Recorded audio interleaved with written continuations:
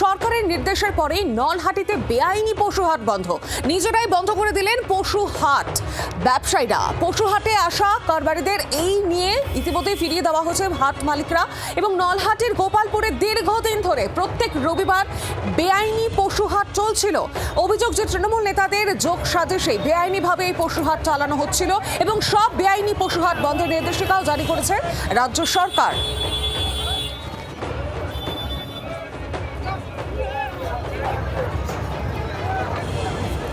এই হাটের ছবি তুলে ধরছি আপনাদের সামনে। নলহাটিতে বেআইনি পশু হাট, এখানেই পশু বিক্রি হতো এমনই অভিযোগ তোলা হচ্ছে। নিজেরাই বন্ধ করে দিলেন এবার পশু হাটের ব্যবসায়ীরা। পশু হাটে আসা কারবারিদের হাট থেকে ফিরিয়ে দিলেন হাটের মালিকরা। নলহাটির সেই ছবি দেখতে পাচ্ছেন। গোপালপুরে দীর্ঘদিন ধরে প্রত্যেক রবিবার করে এই বেআইনি পশু হাট বসত। অভিযোগ যে তৃণমূল নেতাদের যোগ সাজে যে বেআইনি ভাবে পশু হাট চালানো হতো। আরো বিস্তারিত জানি, টেলিফোন লাইনে রয়েছেন প্রতিনিধি প্রসেনজিৎ পালাকার। প্রসেনজিৎ, অভিযোগ যে তৃণমূল নেতাদের যোগ সাজে সেই এভাবে বেআইনি হাট প্রত্যেক রবিবার করে বসতো, ঠিক কি ছবি এই মুহূর্তে কি জানতে পারছো? দেখো, প্রথমেই তোমাকে বলি যে দীর্ঘদিন ধরে নলহাটিতে এই পশু হাট বসতো, কিন্তু বিষয়টি হলো এই হাটটি ব্যক্তি মালিকানাধীন হাট, অর্থাৎ কয়েকজন মালিক রয়েছে, ব্যক্তি মালিক, তারা এই হাট বসাতেন। এবং সেক্ষেত্রে দাঁড়িয়ে অভিযোগ উঠছে যে সেই সময় শাসক দল তৃণমূল কংগ্রেসের যারা নেতারা ছিলেন বা পঞ্চায়েত থেকে শুরু করে নেতৃত্বরা ছিলেন, তাদের যোগসাজেই হাট প্রত্যেক রবিবার বসত। কিন্তু এবার সরকারের তরফ থেকে তুমি জানো, রাজ্য সরকার ইতিমধ্যেই জানিয়ে দিয়েছে যে কোনো রকম কোনো বেআইনি পশু হাট চলবে না। আর এরপরেই কিন্তু কার্যত আজকে আমরা দেখতে পেলাম এই নলহাটির যে হাট, সে হাট যে মালিকানাধীন হাট মালিকরা রয়েছেন তারা নিজেরাই হাটটি বন্ধ করে দিলেন।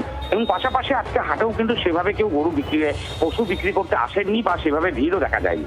সেখান থেকে তারা কিন্তু একেবারে বন্ধের সিদ্ধান্ত নিয়েছেন। যে কয়েকজন এসেছিলেন তাদেরকে মালিকানাধীন হাট যেহেতু বটে তারা ফিরিয়ে দিয়েছেন এবং তারা জানিয়েছেন যে হাট এখন আর খুলবে না। যতদিন না পর্যন্ত সরকার পুনরায় কোনো নির্দেশিকা না জারি করছেন ততদিন পর্যন্ত এই হাট বন্ধ থাকবে, এমনটাই জানানো হয়েছে। সেই হিসাবে কিন্তু হাটটি বন্ধ করে দেওয়া হয়েছে। একেবারে ধন্যবাদ তোমাকে।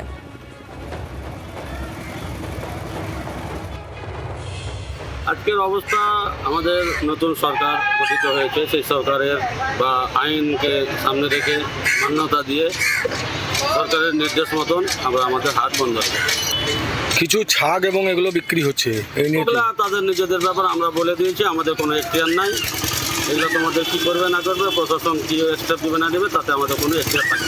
আপনারা হাট পুরোপুরি বন্ধ করে দিয়েছেন? হাট একদম পুরোপুরি কনফার্ম।